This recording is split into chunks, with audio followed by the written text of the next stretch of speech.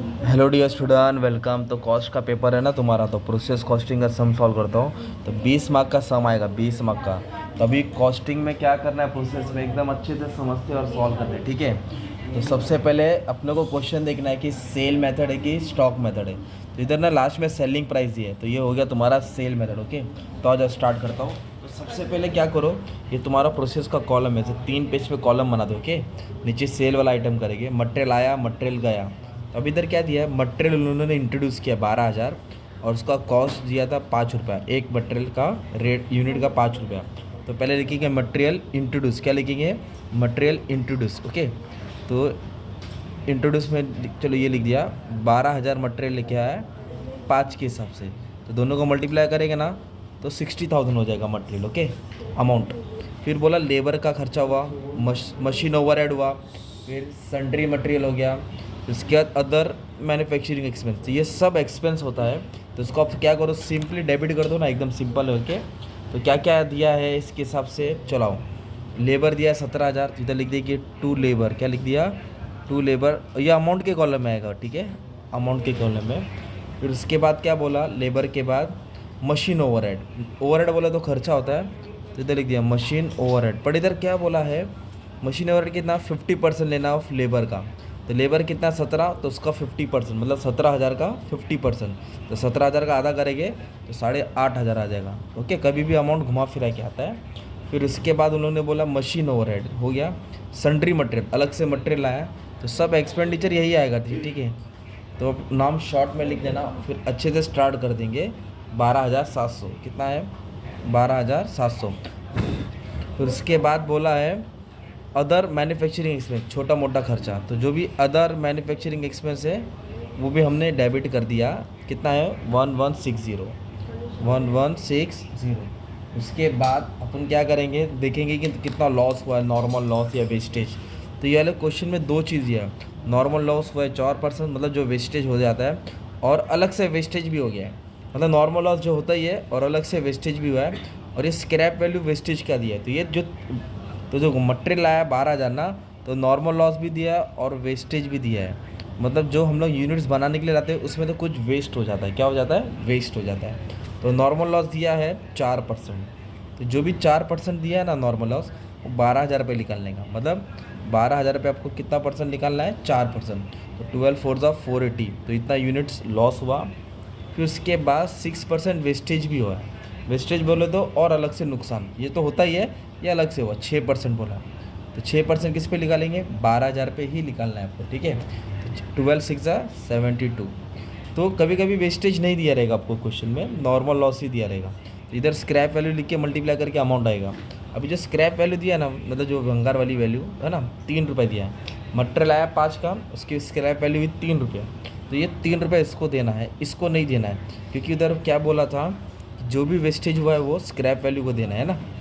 Scrap value का rate दिया है वेस्टेज, तो मतलब 720 इंटू 3 करेंगे तो अपने को आ जाएगा 2160। ओके, फिर उसके बाद ना ये इन्फॉर्मेशन दिख रहा है, output transfer, output sold, selling price. तो ये भी हम लोग अभी नहीं सॉल्व करेंगे, इसको क्या करेंगे मैंने, इसको नीचे सॉल्व करेंगे। तो पहले देखेंगे कि कितना आउटपुट उन्होंने बनाया है। इधर लिखेंगे बाय आउटपुट कैरीड डाउन, है ना। तो आउटपुट के लिए क्या करना पड़ेगा, ये टोटल से टोटल क्या करना पड़ेगा, माइनस करना पड़ेगा। ये कितना है तुम्हारा, 12,000 दिया, ठीक है। ये 12,000 है, ये 1,200 है, तो ज़्यादा कौन सा है, 12,000। 12,000 को दोनों तरफ लिखेंगे, उसमें से ये दोनों माइनस कर देंगे, डेबिट माइनस क्रेडिट। ओके, तो 12,000 में से 1,200 माइनस किया, तो ये आउटपुट बचा 10,800। कितना आउटपुट बचा, 10,800। बट इसका रेट नहीं है ना, तो ये ही मेन खेल है, अपने को रेट ढूंढना पड़ेगा, राइट। तो रेट ढूंढने के लिए क्या कर रहेगा, आपको फॉर्मूला मैंने बताया था ना, रेट का फॉर्मूला क्या है, debit amount minus credit amount, debit units minus credit units. तो डेबिट अमाउंट का मतलब क्या होता है बच्चे लोग, इस सब अमाउंट को ऐड करेंगे। ये पूरा डेबिट अमाउंट है और ये क्रेडिट है, तो अभी मुझे ऐड करना पड़ेगा, ठीक है। तो ऐड कर लेते हो, कितना दिया है, 60,000। हाँ, इसको जोड़ रहा हूँ। Okay, 60,000 plus 17,000 plus 8,500 plus 12,700 plus 1160। Okay, तो ये है 99,360, ये डेबिट अमाउंट हो गया, ठीक है। तो यहाँ लिख दिया 99,360 माइनस क्रेडिट अमाउंट। तो क्रेडिट में कितना है 2160। अभी इधर यूनिट्स लिखेंगे। डेबिट में 12,000 है, इसको नहीं लेना है, इसके लिए रेट है ना, ये 12,000 को ये दोनों से माइनस करेंगे। तो ये 12,000 मालूम था, ये 1200, तो 12,000 में से 1200 माइनस करेंगे। अभी फाइनल आंसर देखो रेट क्या आता है, तो इसको इससे माइनस करो 2160, तो आया 97,200 है ना, डिवाइड बाय 10,800, डिवाइड बाय 10,800। चलो डिवाइड करके देखो क्या रेट आता है, तो 9 रुपये आ गया। कितना आया 9 रुपये। ओके, तो रेट कैसे, debit minus credit amount, debit units minus credit units. तो इसको माइनस किया, फिर इसको माइनस, अमाउंट को माइनस किया, यूनिट को माइनस किया, इधर 9 आया। अब इसको मल्टीप्लाई कर देंगे 10,800 को, ठीक है, तो आएगा 97,200। अब इसके बाद क्या आएगा, ये अमाउंट और ये अमाउंट तुम्हारा टैली हो जाएगा, ठीक है, सेम आंसर आएगा 99,360। और इधर एबनॉर्मल लॉस और गेन क्यों नहीं आया, क्योंकि अपने को आउटपुट दिया नहीं है। कभी भी एक्चुअल आउटपुट दिया रहेगा ना तो आउटपुट लिखते थे इधर, तो प्लस माइनस करके एबनॉर्मल लॉस और गेन आता था। इसमें डायरेक्ट तुमको आउटपुट निकाले, तुमने खुद निकाले ना, तो लॉस और गेन नहीं आएगा। अब इसको उठा के यहाँ लिखेंगे 10,800, 9, 97,600। अब इसका 2 पार्ट करेंगे, लिखेंगे बाय कुछ आउटपुट क्या हो रहा है, सेल हो रहा है, और कुछ आउटपुट क्या हो रहा है, ट्रांसफ़र हो रहा है नेक्स्ट प्रोसेस, मतलब प्रोसेस 2 में। ओके, अभी कैसे मालूम होगा सेल और ट्रांसफ़र हो रहा है, इधर दिया है। नेक्स्ट प्रोसेस में 60% जा रहा है, सोल्ड 40% हो रहा है। नेक्स्ट प्रोसेस में 60% आ रहा है और सोल्ड 40% हो रहा है, ठीक है। तो सबसे पहले इसको बैलेंस कर दो, इधर लिखो 10,800, इधर भी लिखो 10,800। अभी आपको क्या करना है, 10,800 का 40% निकालना है, 10,800 का 40%, वो आउटपुट सोल्ड हो रहा है, वो इधर लिखेंगे, ठीक है, 4320। और जो सोल्ड है उसका सेलिंग प्राइस दिया रहेगा, हमेशा सेलिंग प्राइस दिया रहेगा, ठीक है, सेलिंग प्राइस दिया रहेगा, सोल्ड का दिया रहता है 11। अभी इसको इससे क्या कर देंगे, मल्टीप्लाई करेंगे 47,520, सिंपल। और आउटपुट ट्रांसफ़र कितना बोला है, 60%, तो ये है ना 10,800,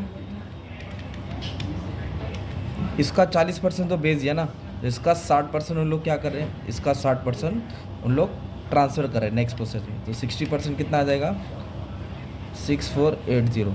पर जब भी आउटपुट ट्रांसफ़र आएगा ना, उसके लिए ये रेट लेंगे जो हमने फाइंड किया है। तो कितना रेट था 9, इसको इससे मल्टीप्लाई करेंगे 58,320 आ जाएगा, ठीक है। अब इसको आपको बैलेंस करना है, ओके, बैलेंस करना है, चेक करेंगे कि फ़ायदा हो रहा है कि लॉस। ये डेबिट, ये क्रेडिट ज़्यादा रहेगा तो फ़ायदा होएगा, डेबिट ज़्यादा रहेगा तो लॉस। तो ऐड करता हूँ 47,520 है और 58,320, तो ये है कुछ 1,05,000, ये 97 है। तो ज़्यादा कौन सा हो गया, 1,05,000, इसको दोनों तरफ लिखेंगे 1,05,840, 1,05,840। उसमें से क्या कर देंगे, माइनस कर देंगे, तो अपने को प्रॉफिट मिल रहा है, क्योंकि क्रेडिट ज़्यादा हो गया ना। 97,200 माइनस कर देंगे 86,400, तो इधर लिखेंगे 2 कॉस्टिंग प्रॉफिट एंड लॉस। अब ब्रैकेट में आपको लिखना पड़ेगा प्रॉफिट, क्या लिखना पड़ेगा, क्योंकि प्रॉफिट हो गया है ना। ये अगर डेबिट ज़्यादा रहता तो लॉस होता, तो इधर आता बाय कॉस्टिंग P&L ब्रैकेट में लॉस। तो ये हो गया तुम्हारा प्रोसेस 1। अब जब नेक्स्ट प्रोसेस बनेगा ना, तो ये सेल हो गया, इसको छोड़ दो। ये दिख रहा है, ये आउटपुट क्या हो गया, ट्रांसफ़र हो गया, ये आउटपुट क्या हो गया, ट्रांसफ़र। इसको नेक्स्ट प्रोसेस में यहाँ लिखेंगे 6480, दिख रहा है ये 95,830, ये टॉप में लिखेंगे। फिर बीच का कॉलम सॉल्व करेंगे, वापस से मटेरियल लेके आए 2440 × 5 है ना। ये सब खर्चा यहाँ लिखेंगे, नॉर्मल लॉस 5%, ये दोनों को ऐड करेंगे, दोनों को फिर 5% निकालेंगे, दोनों को ऐड करेंगे फिर 5%। और स्क्रैप वैल्यू दिया 4 रुपया, वो यहाँ लिखने का है वेस्टेज को। तो इसके बाद जैसे मैंने सॉल्व कराया था वैसे करने का था। तो ये था तुम्हारा प्रोसेस कॉस्टिंग का सम। तो हो सका तुमको ट्राई किया मैंने, बस तुम्हारा काम है अच्छे से प्रैक्टिस कर लो, ठीक है। ज़्यादा हार्ड नहीं है, ईजी है, बस तुमको थोड़ा ध्यान देने का था, ठीक है। क्या था ये अपना प्रोसेस कॉस्टिंग। चलो, thank you very much and all the best for exam.